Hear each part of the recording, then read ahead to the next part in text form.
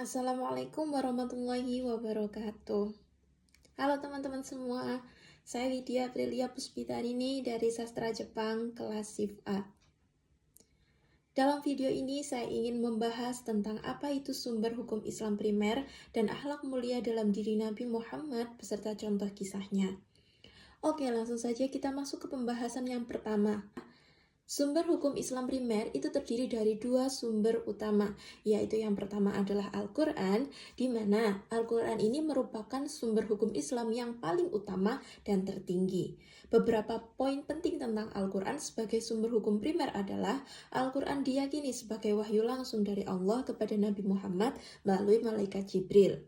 Kemudian, Al-Quran juga sebagai landasan moral, filosofis, sosial, politik, dan ekonomi bagi umat Islam. Al-Quran berisi perintah dan larangan yang merupakan undang-undang dasar tertinggi bagi umat Islam. Sumber hukum yang kedua yaitu adalah sunnah dan hadis.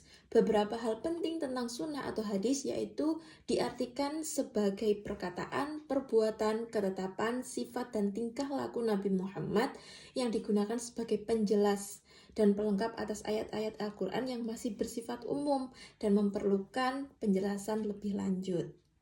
Jadi kesimpulannya apa sih? Kesimpulannya, kedua sumber primer ini itu menjadi landasan utama dalam pengembangan hukum Islam. Para ulama dan ahli fikih menggunakan Al-Quran dan Sunnah sebagai dasar untuk melakukan hukum sekunder lainnya seperti ijma atau konsensus ulama dan kias atau analogi. Oke, selanjutnya kita masuk ke pembahasan yang kedua, yakni akhlak mulia Nabi Muhammad. Nabi Muhammad SAW itu dikenal memiliki akhlak yang sangat mulia, menjadi tauladan bagi seluruh umat Islam. Berikut contoh beberapa kisah keteladanan akhlak Rasulullah SAW. Yang pertama, Rasulullah itu dikenal dengan sifatnya yang lemah lembut terhadap sahabatnya.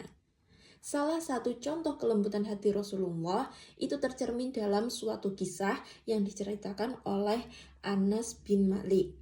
Suatu ketika, si Anas bin Malik ini itu mengindahkan perintah Rasulullah SAW. Namun Rasulullah tidak sama sekali marah, justru beliau hanya menegur Anas dan mengingatkannya dengan senyuman. Yang kedua, kesabaran dalam berdakwah. Ketika dakwah Islam mengalami kebuntuan di Mekah, Nabi Muhammad SAW beserta Zaid bin Haris mencoba menyebarkan dakwah ke kota Taif. Namun mereka justru disambut dengan cacian dan ejekan. Meskipun begitu, Rasulullah SAW tetap bersabar dan tidak membalas perlakuan buruk tersebut. Selanjutnya, Rasulullah juga bersifat rendah hati. Beliau tidak menyukai pujian yang berlebihan terhadap dirinya. Hal ini tercermin dalam sabda beliau yang diriwayatkan oleh Umar bin Khattab yang bunyinya seperti ini. Jangan goda aku, juga karena orang-orang Nasrani menyanjung Isa bin Maryam, karena sesungguhnya aku hanyalah seorang hamba. Maka sebutlah kamu hamba Allah dan Rasul-Nya. Masya Allah.